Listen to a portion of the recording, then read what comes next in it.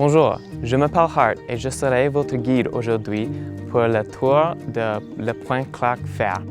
Bienvenue à la maison.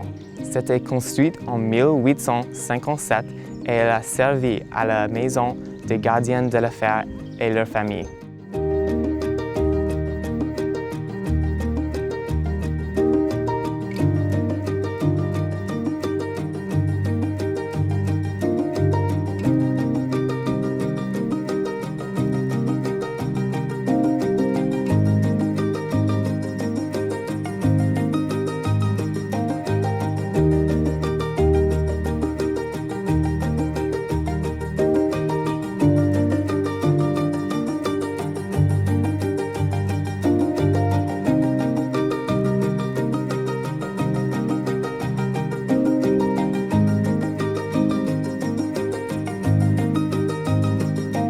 En 1855, le gouvernement impérial a décidé qu'il était nécessaire d'installer un fer permanent ou un fer à Pointe-Claire.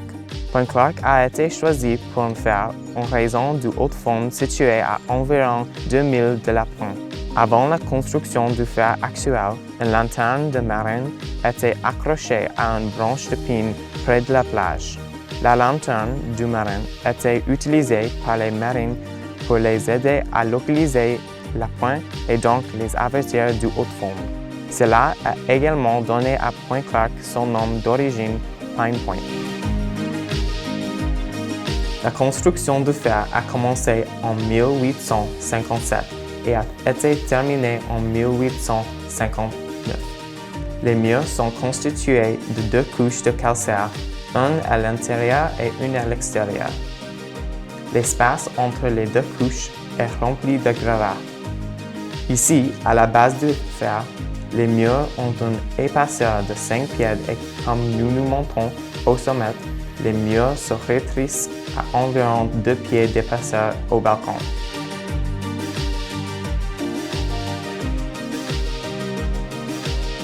La partie en pierre de la tour a été achevée en 1858. La maçonnerie du fer mesure 87 pieds de haut. C'est le niveau du balcon du fer. Les murs ici ont environ 2 pieds d'épaisseur. Le premier étage et demi du fer n'est pas fait de calcaire, mais d'un anneau de granit. Le granit a été utilisé pour appuyer le poids immense de la salle de lanterne en fer et de la lentille d'origine. La salle des lanternes au-dessus de nous était la dernière partie du fer à être achevée. En septembre 1858, 6 Français sont venus à Pointe-Claire et ont apporté avec eux le matériel pour construire la salle des lanternes et la lumière Fresnel ou dioptrique. Il a fallu 1 an aux hommes pour terminer la salle des lanternes et installer la lumière. Le 1er avril 1859, le fer de Pointe-Claire a été allumé et est entré en service.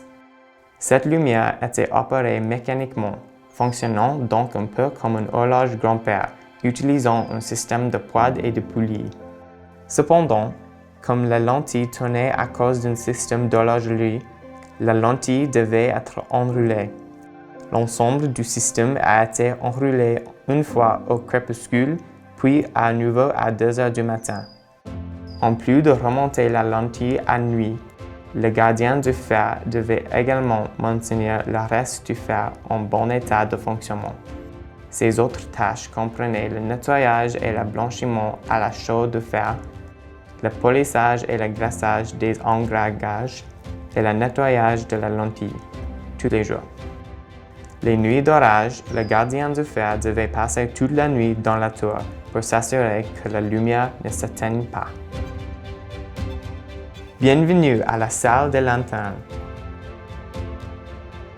Le fer mesure 93 pieds au-dessus des autos et si vous mesurez du point le plus haut de paratonnerre, le fer mesure environ 115 pieds de haut.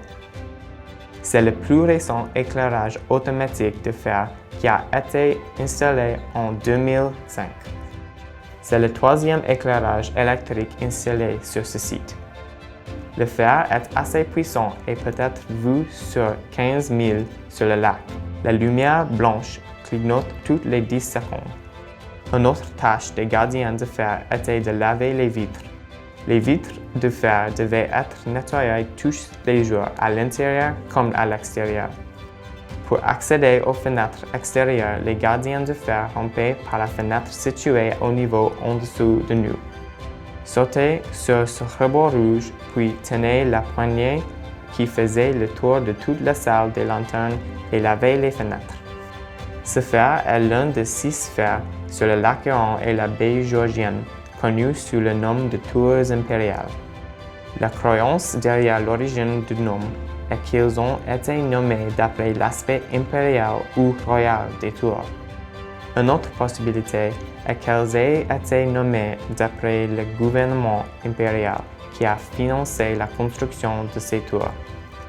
Les 5 autres tours impériales sont l'île Chantry, l'île Cove, près de Tobermory, l'île Nottawasaga, près de Collingwood, l'île Christian et l'île Griffith.